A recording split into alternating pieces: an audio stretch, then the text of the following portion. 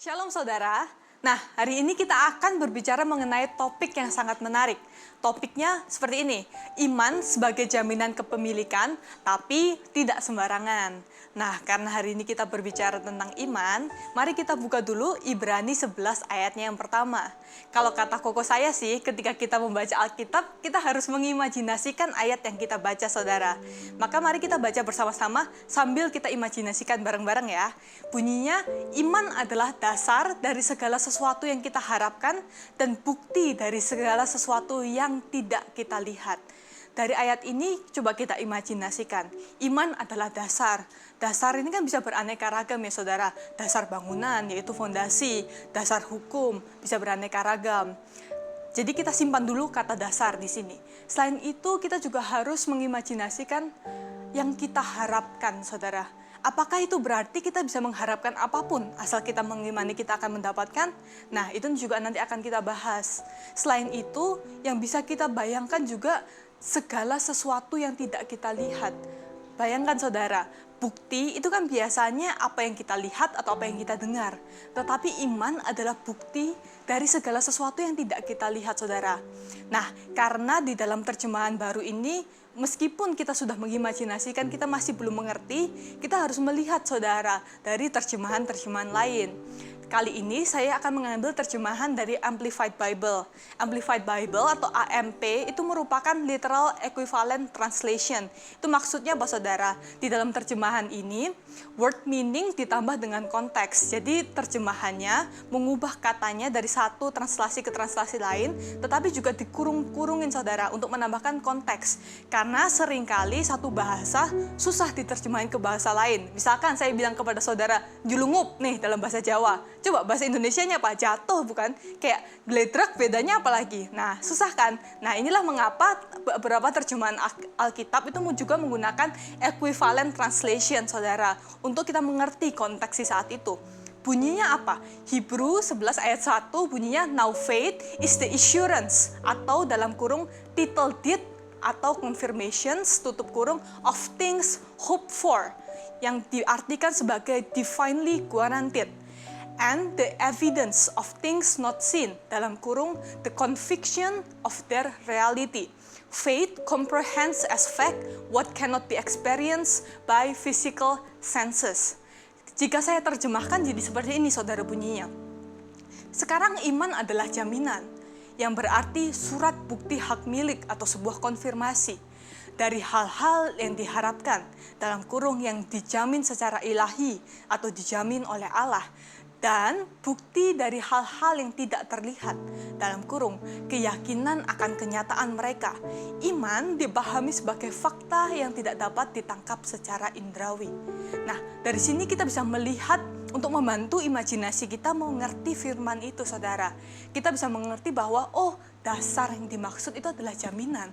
Dalam hukum, jaminan itu digunakan ketika kita mau mengambil kredit, misalkan di bank saudara. Jaminan atau kolateral, misalkan saudara ingin menjaminkan rumah saudara, maka yang sudah dijaminan apa? Sertifikat. Jika saudara ingin menjaminkan mobil saudara, yang menjadi jaminan apa? BPKB. Nah, BPKB dan sertifikat itu sama-sama surat bukti hak milik saudara. Nah, dari situ kita bisa mengerti bahwa kira-kira iman itu seperti itu. Ketika kita beriman, sama aja ada BPKB yang terprint, ada sertifikat yang terprint atas nama saudara. Sebuah konfirmasi, sebuah jaminan. Nah, yang diharapkan apa oleh iman? Yang diharapkan harus yang divinely guaranteed. Apa itu divinely guaranteed? Yaitu apa yang udah Allah janjikan kepada saudara dan saya. Jadi ketika kita berbicara tentang iman itu tidak sembarangan saudara. Tidak berarti jika hari ini saudara beriman, saya akan menjadi orang paling kaya di dunia. Apakah itu divinely guaranteed? Belum tentu. Saudara harus tanya dulu, Tuhan, yang kau inginkan dalam hidup saya itu apa? Bukan rencana saudara yang jadi, tapi biarkanlah Tuhan yang melibatkan saudara dalam rencana Tuhan. Karena itu, saudara harus mengerti apa yang divinely guaranteed buat hidup saudara. Apa yang menjadi purpose hidup saudara. Nah, yang terakhir kita juga mengerti bahwa iman merupakan keyakinan akan kenyataan mereka. Jadi meskipun tidak terlihat, meskipun tidak dapat dideteksi secara indera saudara, tetapi itu yang menjadi kenyataan. Dari sini ada 3 poin penting. Yang pertama, secara legal, imanmu berfungsi sebagai jaminan atau surat bukti hak milik. Iman di dalam pengadilan menjadi suatu alat bukti, yaitu alat bukti surat, saudara. Yang kedua, apa yang diimani? Yang diimani haruslah apa yang divinely guaranteed, atau apa yang telah dijamin secara ilahi, apa yang menjadi janji Tuhan untuk hidup saudara. Mau itu nubuatan, mau itu destiny, atau purpose hidup saudara. Jadi tidak sembarangan. Bahkan bisa sederhana ketika saudara membaca Alkitab. Seakan-akan firman ini menjadi kairos buat hidup saudara, yaitu yang divinely guaranteed buat saudara. Yang ketiga, bagi orang yang beriman, saudara, kenyataan mereka bukan apa yang mereka lihat dengan mata mereka, bukan apa yang mereka dengar dengan telinga mereka, saudara, tetapi apa yang mereka imani. Regardless the condition, the faith should stand. Jadi tidak peduli keadaan saudara, jika saudara beriman, maka harus tetap beriman. Seperti itu, saudara. Nah, kita akan membahas satu demi satu dari 3 poin pokok ini. Mulai dari poin yang pertama, yaitu iman sebagai jaminan hak milik. Pertanyaannya adalah, apakah tanpa iman, destiny atau purpose saudara itu bisa tercapai atau enggak? Jawabannya tidak ada jawaban pasti, saudara. Jawabannya adalah mungkin. Mungkin bisa tercapai, mungkin tidak bisa tercapai. Tapi yang pasti apa? Yang pasti adalah saudara tidak memiliki dasar hukum atau legal basis untuk mengklaim hak saudara. Jadi, jika ada pihak lain yang mengklaim bahwa saudara tidak berhak atas hal itu, saudara nggak bisa lawan balik.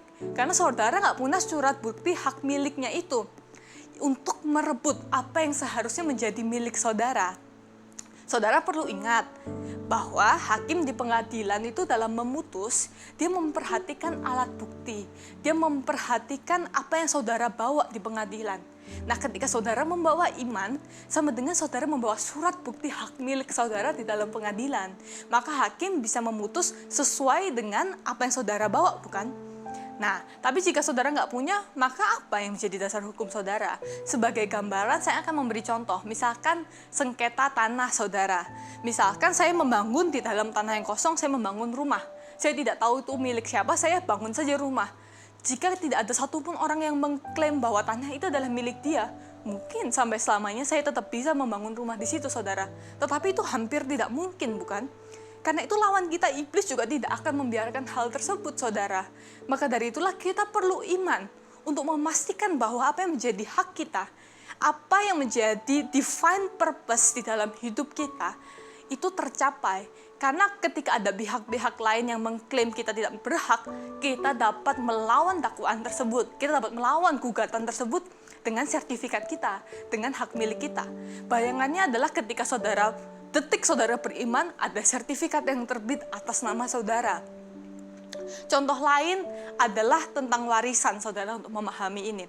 Tahukah saudara, jika di dalam hukum, kita dapat memilih untuk menerima atau menolak warisan? Aneh ya, ada beberapa orang yang menolak warisan. Karena apa?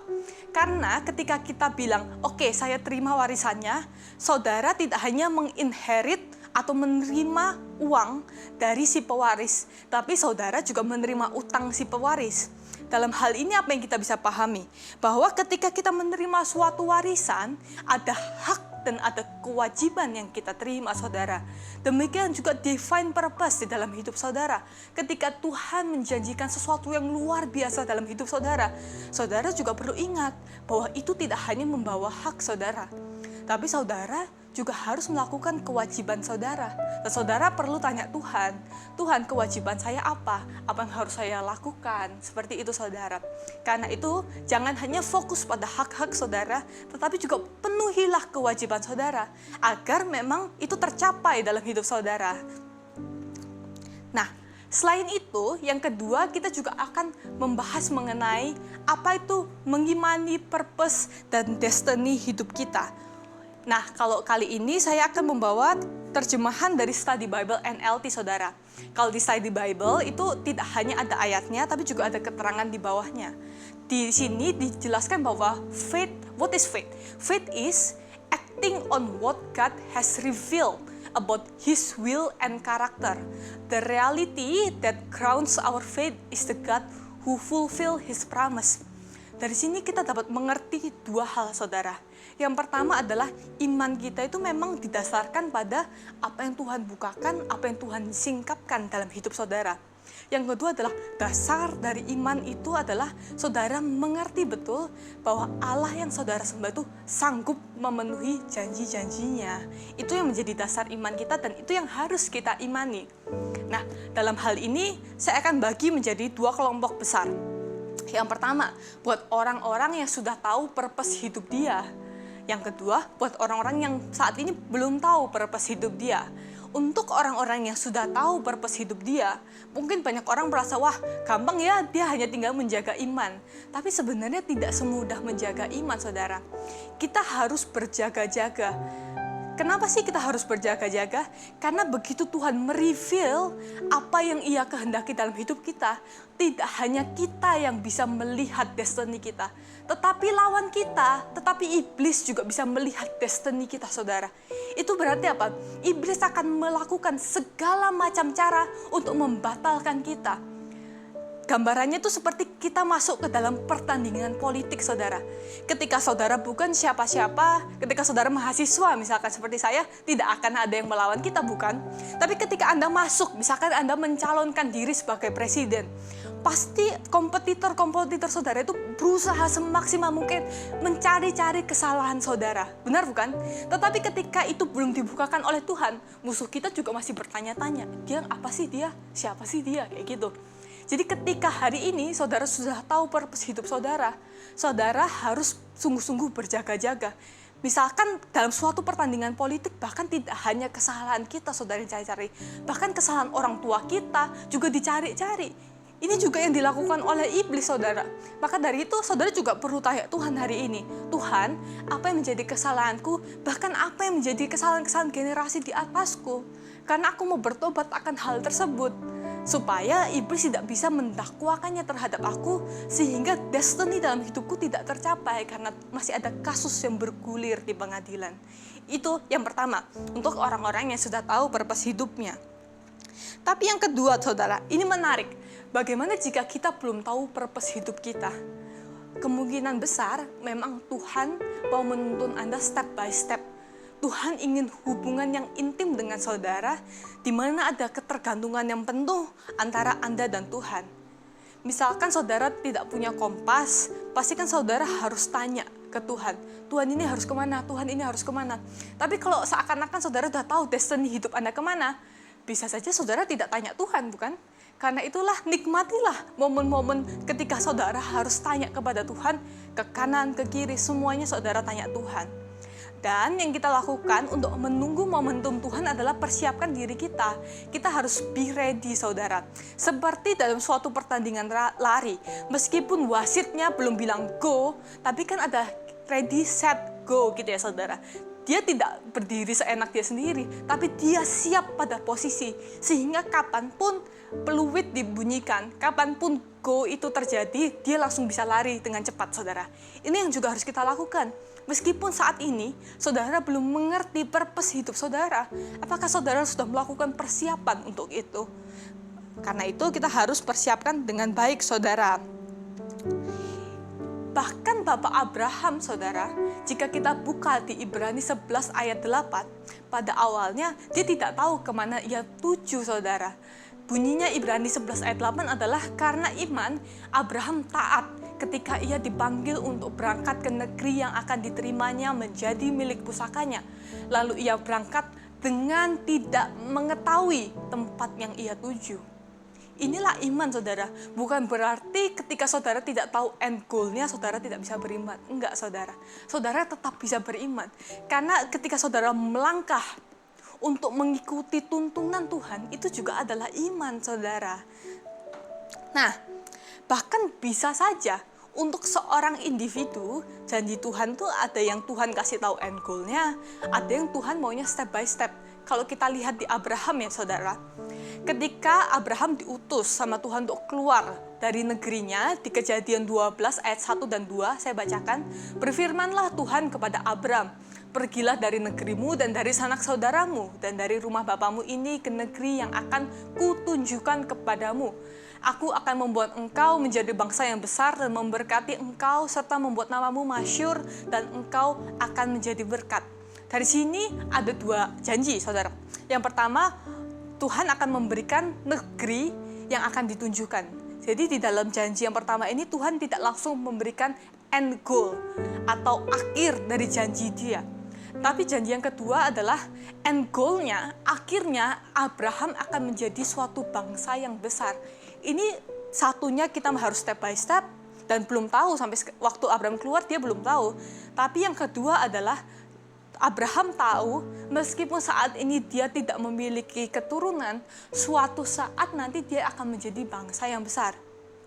Nah, saudara, dimanapun posisi saudara, jika Tuhan menjanjikan kepada Anda suatu janji yang Anda diberitahu akhirnya, atau Tuhan memberikan Anda janji yang step by step, Anda tidak boleh membandingkan diri Anda dengan orang lain, karena kita tidak pernah bisa menyelami pikiran Tuhan. Mungkin ketika kita dikasih tahu destiny akhir hidup kita, mungkin kita akan menjadi sombong. Tapi kebalikannya, ketika kita dikasih tahu destiny akhir, bisa aja kita jadi minder karena kita merasa tidak mampu. Dan itu Tuhan yang tahu, saudara. Mungkin dalam hal ini kenapa Tuhan bilang ke Abraham kalau suatu saat dia akan menjadi bangsa yang besar. Mungkin saat itu iman Abraham sedang gentar karena sampai dia umur 75 tahun saat ia keluar, dia belum memiliki keturunan.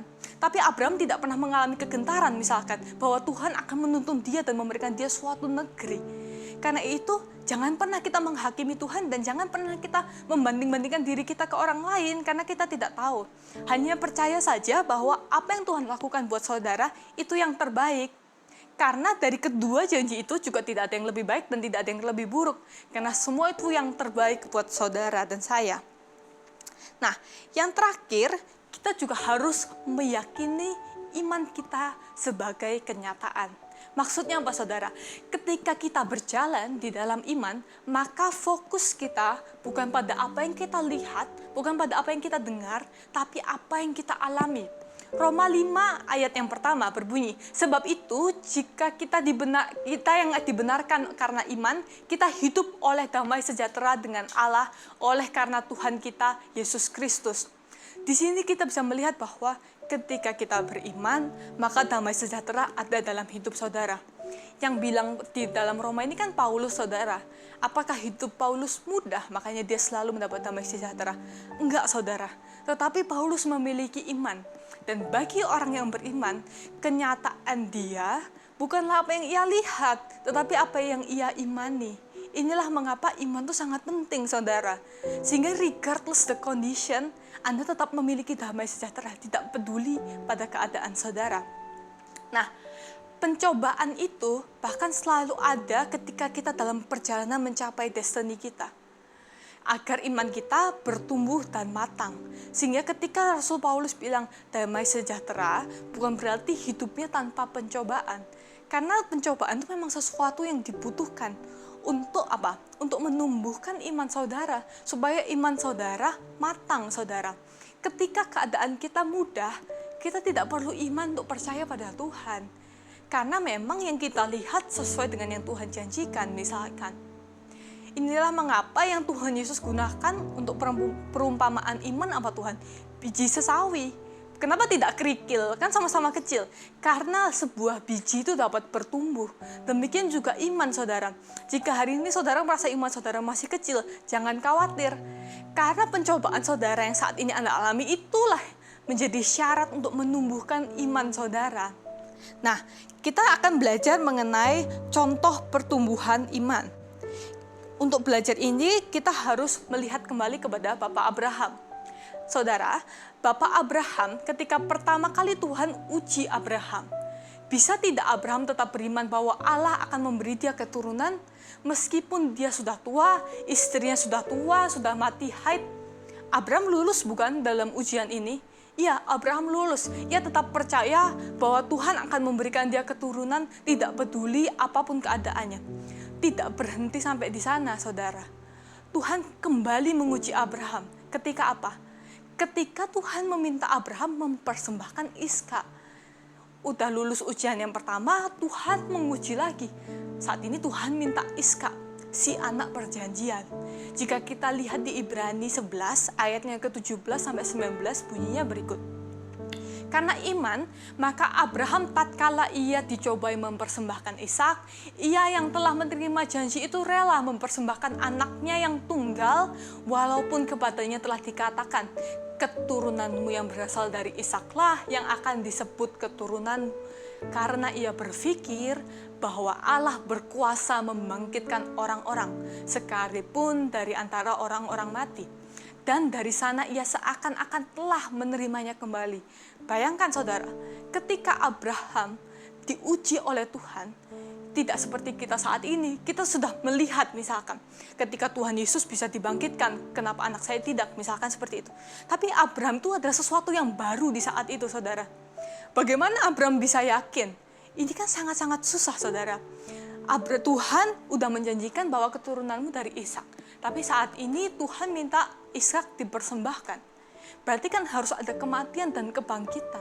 Pasti Abraham juga sangat berkonflik. Lah katanya Tuhan maunya keturunanku yang dari Ishak. Kenapa sekarang minta dipersembahkan? Tetapi maka dari itu Abraham disebut bahwa orang percaya saudara. Karena apa? Karena iman dia ini sangat luar biasa. Ia bahkan percaya bahwa Tuhan sanggup membangkitkan anaknya kalaupun dia mati saudara. Tuhan sangat menikmati iman seperti ini. Tuhan sangat menikmati iman kita. Makanya kita diuji oleh Tuhan. Naik level. Karena persembahan itu, ketergantungan dan kepercayaan kita sama Tuhan, itu merupakan dupa yang harum bagi Tuhan, saudara. Nah, selain belajar dari Bapak Abraham, mengenai poin ketiga yaitu meyakini iman sebagai kenyataan, juga dapat kita pelajari di dalam kisah 12 pengintai yang diutus Musa untuk mengintai tanah Kanaan. Saudara bisa baca di Bilangan 13 maupun di Ulangan 1 ayatnya yang ke-19 dan ke-33. Kali ini saya akan menjelaskan yang ada di Bilangan 13. Saya bacakan ayat yang pertama sampai ketiga. Tuhan berfirman kepada Musa, suruhlah beberapa orang mengintai tanah Kanaan yang akan kuberikan kepada orang Israel. Dari setiap suku nenek moyang mereka haruslah kau suruh seorang. Semuanya pemimpin-pemimpin di antara mereka. Lalu Musa menyuruh mereka dari padang gurun Paran sesuai dengan titah Tuhan. Semua orang itu adalah kepala-kepala di antara orang Israel. Lanjut ke ayat 17-20. Maka Musa menyuruh mereka untuk mengintai tanah Kanaan. Katanya kepada mereka, pergilah dari sini ke tanah Negeb dan naiklah ke pegunungan. Dan amat-amatilah bagaimana keadaan negeri itu, apakah bangsa yang mendiaminya kuat atau lemah, apakah mereka sedikit atau banyak, dan bagaimana negeri yang didiaminya, apakah baik atau buruk, bagaimana kota-kota yang didiaminya, apakah mereka diam di tempat-tempat yang terbuka atau di tempat-tempat yang berkubu. Dan bagaimana tanah itu, apakah gemuk atau kurus, apakah ada di sana pohon-pohonan atau tidak. Tabahkanlah hatimu dan bawalah sedikit dari hasil negeri itu. Waktu itu ialah musim hulu hasil anggur. Ayat yang ke-23, ketika mereka sampai ke lembah Eskol, dipotong merekalah di sana suatu cabang dengan setandan buah anggur. Lalu berdualah mereka menggadarnya. Juga mereka membawa beberapa buah delima dan buah ara. Bayangkan saudara betapa suburnya tanah ini. Saudara tahu setandan anggur itu seperti, paling kalau zaman sekarang setengah kilo, 1 kilo. Di masa itu saudara, untuk membawa setandan anggur yang ada di tanah perjanjian itu perlu 2 orang dewasa saudara. Entah berapa puluh kilo ya kan anggur tersebut. Luar biasa bukan? Kita lanjutkan di ayat yang ke-27 dan 28. Mereka menceritakan kepadanya, kami sudah masuk ke negeri kemana kau suruh kami, dan memang negeri itu berlimpah-limpah susu dan madunya, dan inilah hasilnya. Hanya bangsa yang diam di negeri itu kuat-kuat, dan kota-kotanya berkubu dan sangat besar. Juga keturunan enak telah kami lihat di sana. Nah saudara, ketika kita tahu bahwa Tuhan telah berjanji kepada mereka, dan orang yang diutus adalah pemimpin-pemimpin loh saudara. Menurut saudara, mereka tahu nggak janji Tuhan? Mereka sangat tahu janji Tuhan yang telah Tuhan janjikan sejak zaman Abraham, diulang kembali di Musa saudara. Pergilah ke tanah yang akan kuberikan kepadamu. Tetapi fokus mereka bisa berbeda loh saudara. Mereka melihat hal yang sama, mereka mendengar hal yang sama, mereka mendapat suruhan yang sama, tetapi bisa terdapat dua pandangan yang bertolak belakang. Apa yang Kaleb katakan? Ketika mereka bilang kabar buruk kepada Musa dan kepada orang Israel, Kaleb mencoba mententeramkan hati bangsa itu di hadapan Musa. Kata Kaleb, tidak, kita akan maju dan menduduki negeri itu, sebab kita pasti akan mengalahkannya. Itu adalah respon Kaleb. Ini adalah respon iman, saudara. Karena tidak peduli, meskipun ia melihat penduduk yang memakan orang, meskipun ia melihat bahwa orangnya besar-besar, meskipun ia melihat kotanya berkubu-kubu, ia tahu bahwa janji Tuhan adalah iya dan amin. Maka tidak peduli kondisinya, Tuhan pasti akan memberikan tanah itu kepada mereka. Sedangkan respon ke-10 pengintai, mereka bilangnya apa? Tetapi orang-orang yang pergi ke sana bersama-sama dengan dia berkata, kita tidak dapat maju menyerang bangsa itu, karena mereka lebih kuat daripada kita. Juga mereka menyampaikan kepada orang Israel kabar busuk tentang negeri yang diintai mereka dengan berkata, negeri yang telah kami lalui untuk diintai adalah suatu negeri yang memakan penduduknya. Dan semua orang yang kami lihat di sana adalah orang-orang yang tinggi-tinggi perawakannya. 10 pengintai ini bohong atau enggak, saudara, pertanyaannya? Tidak, 10 pengintai ini tidak bohong, saudara. Mereka memang melaporkan apa yang mereka lihat dengan mata mereka. Tapi kalau begitu, ketika mereka tidak bohong, apa yang menjadi kesalahan mereka? Yang menjadi kesalahan mereka adalah mereka meragukan kekuasaan Tuhan yang sanggup menepati janjinya. Bayangkan betapa marahnya Tuhan ketika Tuhan telah membawa mereka keluar dari Mesir dengan banyak sekali mujizat-mujizat kepada mereka. Tapi kini masa mereka meragukan bahwa Tuhan tidak sanggup untuk memerangi negeri itu, untuk memberikan janjinya kepada mereka. Padahal sejak zaman Abraham pun Tuhan telah menjanjikan negeri itu. Bisa dikatakan bahwa ketika mereka beriman, sertifikat tanah Kanaan itu sudah siap, saudara, diprint atas nama Israel. Tapi kenapa masih mereka mempertanyakannya? Bahkan di dalam Kejadian 15 ayat 18-21, pada hari itulah Tuhan mengadakan perjanjian dengan Abraham serta berfirman, kepada keturunanmu lah kuberikan negeri ini, mulai dari sungai Mesir sampai ke sungai yang besar itu, sungai Efrat, yakni tanah orang Keni, orang Kenas, orang Kadmon, orang Het, orang Feris, orang Refaim, orang Amori, orang Kanaan, orang Girgasi, dan orang Yebus itu. Diulang lagi, saudara. Musa mengatakan apa? Tuhan di dalam Ulangan 1 ayat 8 berbicara kepada Musa, ketahuilah aku telah menyerahkan negeri itu kepadamu, masukilah, dudukilah negeri yang dijanjikan Tuhan dengan sumpah kepada nenek moyangmu, yakni Abraham, Ishak, dan Yakub, untuk memberikannya kepada mereka dan kepada keturunan mereka.